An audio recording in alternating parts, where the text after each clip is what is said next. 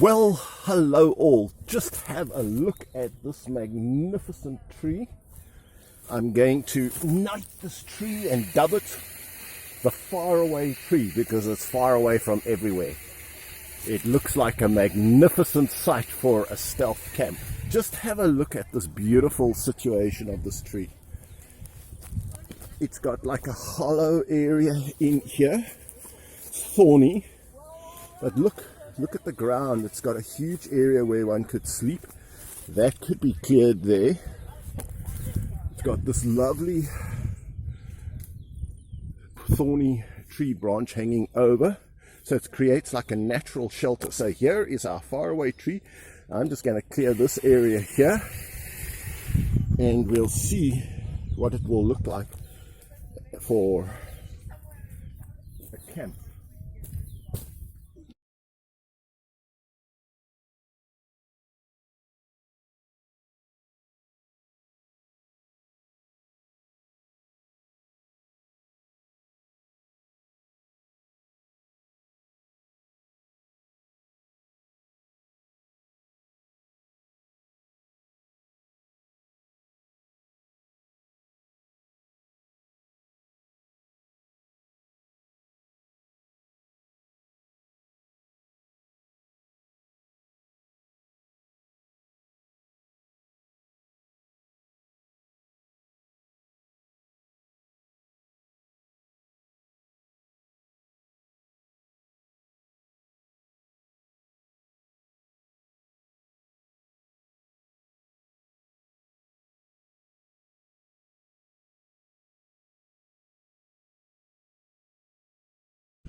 There is a house there.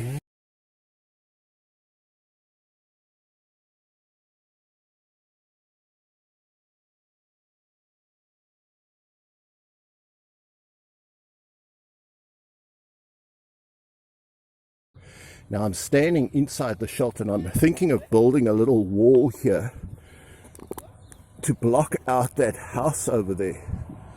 So I'm thinking of digging a hole and burying this tree stem there and then building up a little wall of branches.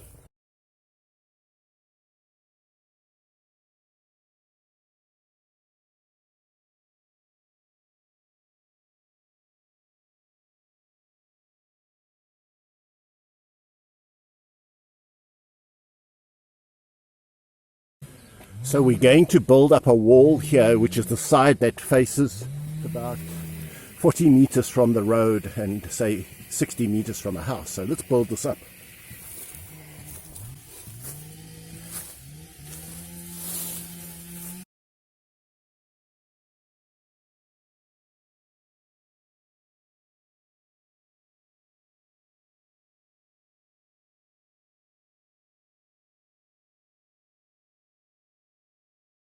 So with that wall in place, let's just look how our shelter has improved.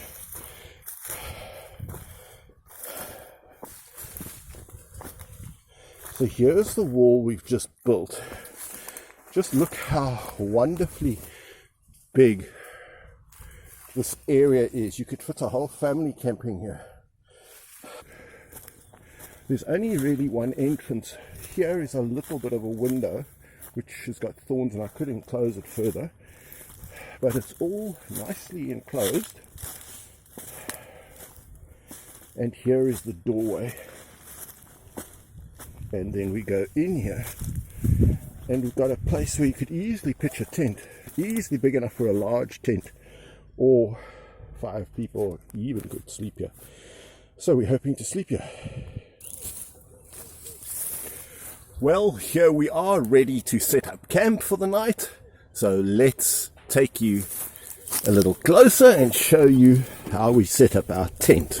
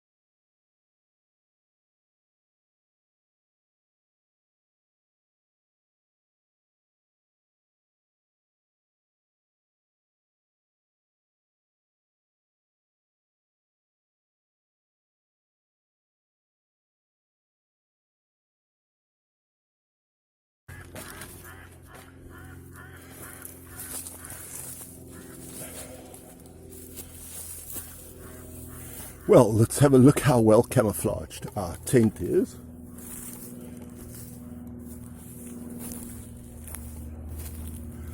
So here is our Boma or stealth shelter. The tent is hidden in here. So if we go around this side, it's almost completely hidden. Around the back, it is completely hidden.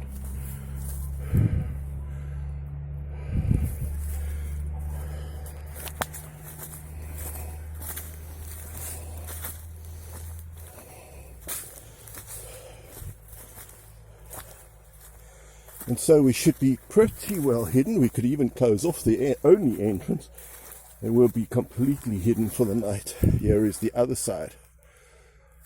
So there we go. All good for tonight.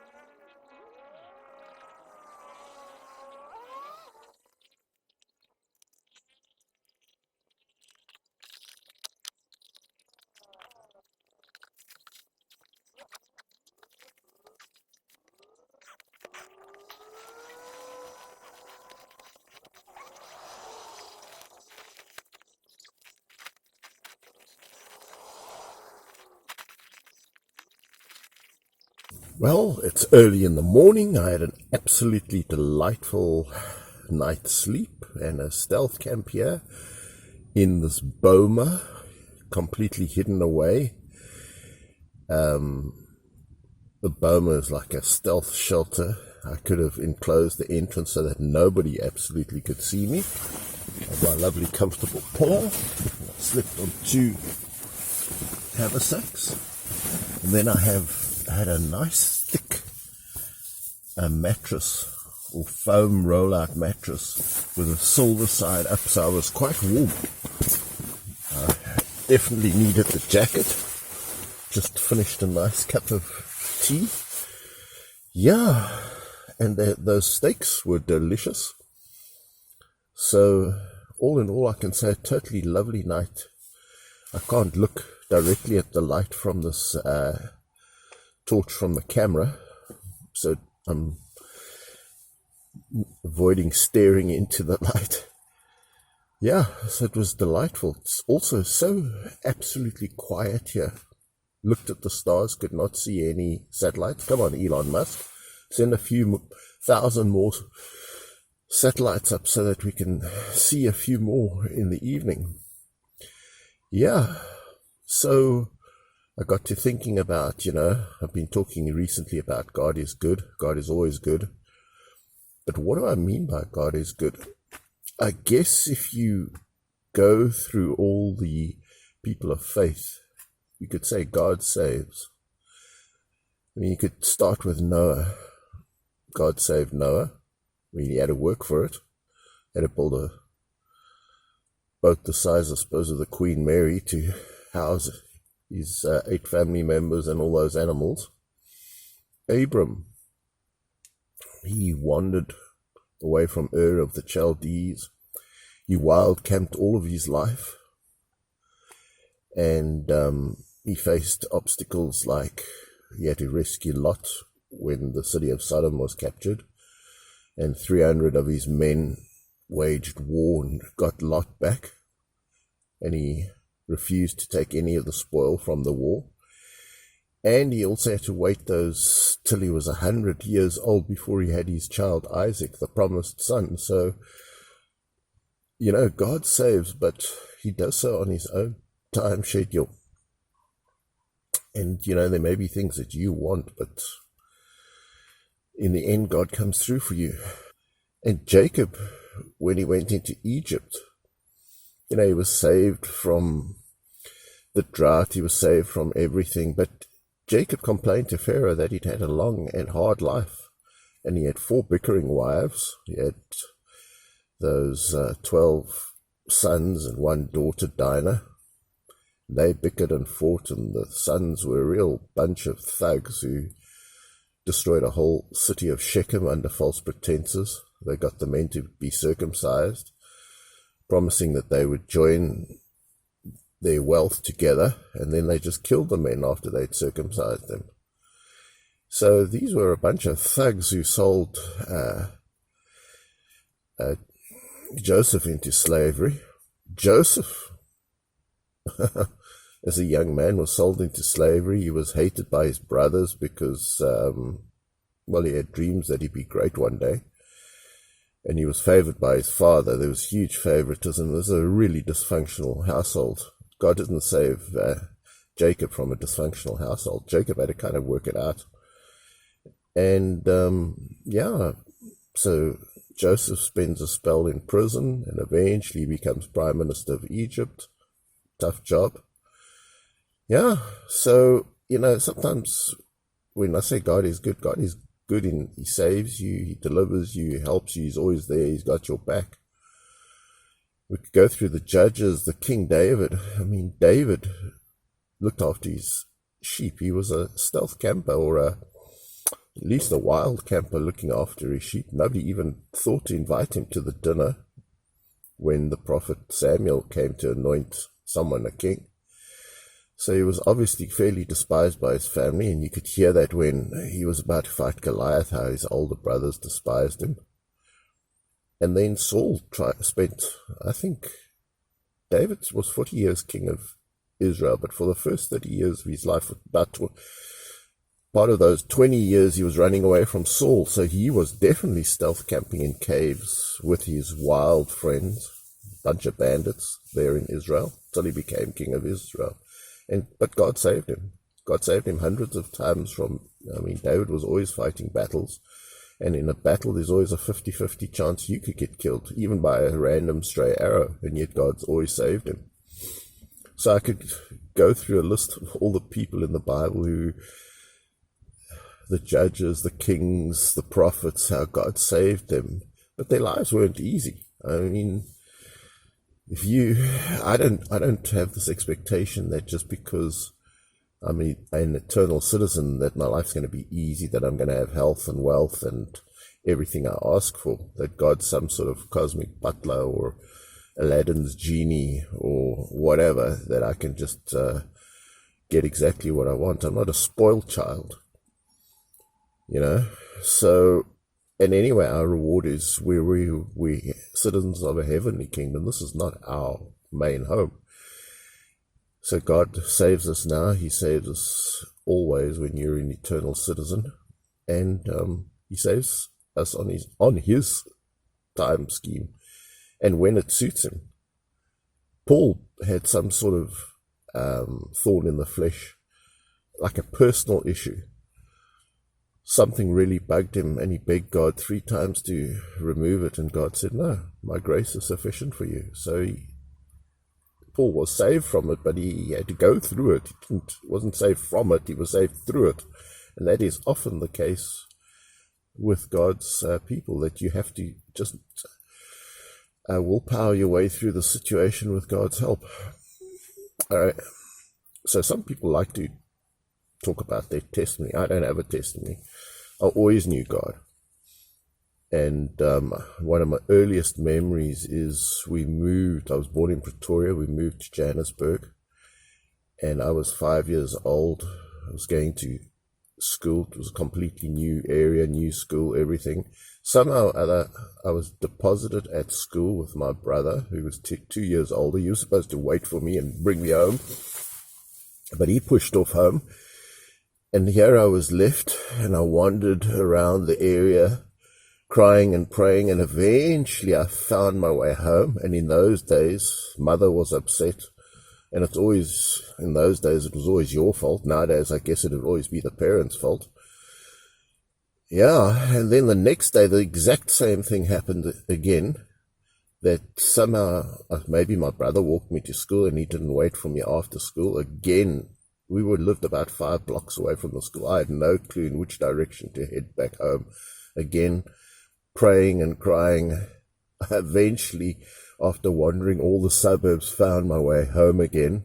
This time my mother had got a gardener from next door to pump the tires of her bike. She was about to go and look for me. Again, highly upset. It was all my fault. That's what you think in your young mind. But those were like some of my earliest memories of how God saved me. And throughout my life, I can say that when my back's been to the wall, God's always been there. And it gives you a certain peace of mind. My peace I give you, not as the world gives.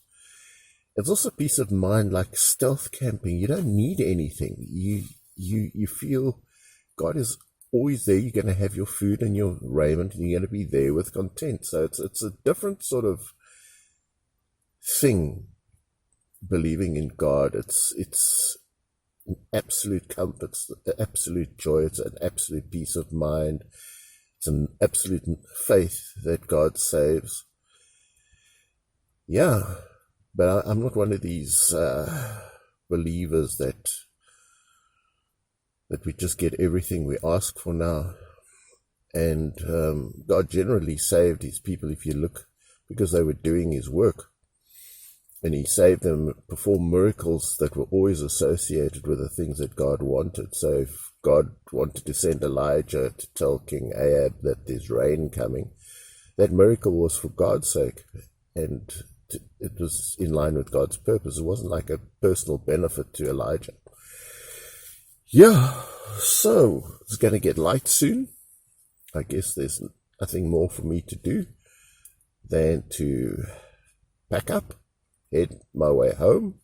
Been a lovely, beautiful stealth camp in another area here under this thorn tree. I think this thorn tree is called Gymnosporia. What's it? Gymnosporia?